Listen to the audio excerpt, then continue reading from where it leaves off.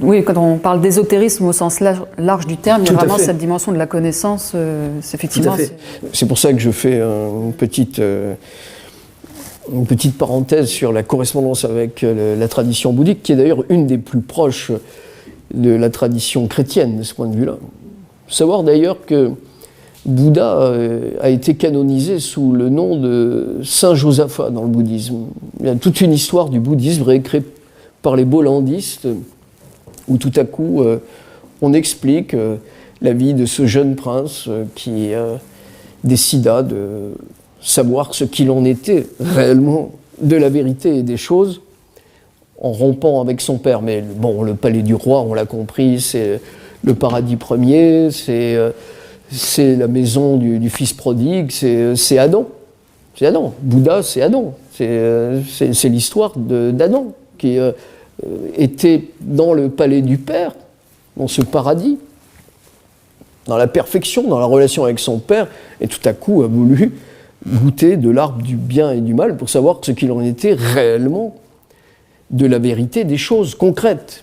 Aller vers les choses mêmes, comme dit Husserl. Mais bon, on va faire de Adam le premier disciple de la phénoménologie, mais on est dans un récit, une réécriture de ce qui est une invitation pour chacun d'entre nous à expérimenter comme trajet du brouillard, de la nuit, de l'incompréhension, de l'évanescence tiède de la matière, de cette sorte d'état transitoire dans le samsara, vers les premières aspérités, les premiers pics, les premiers monts élevés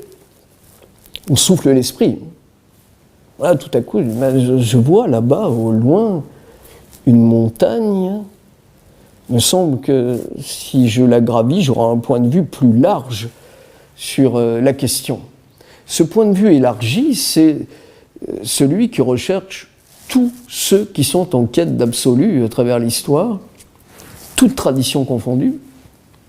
Et cette quête, c'est une quête qui demande des sacrifices, qui demande une ascèse, qui demande une discipline, qui demande de se confronter à des événements, à des conditions, à des situations qui sont complexes, difficiles. La vie d'Origène en témoigne, hein, sa vie personnelle, mais la vie de tous ceux qui ont suivi Origène, Évagre le Pontife, Joseph Azaïa, etc., mais y compris ceux qui, à travers l'histoire, un peu plus tard, sont appuyés sur les thèses d'Origène. Et à ce titre, Origène possède une place de choix parmi les éveilleurs. C'est quelqu'un qui est un éveilleur en climat chrétien. C'est une voie d'éveil en climat chrétien.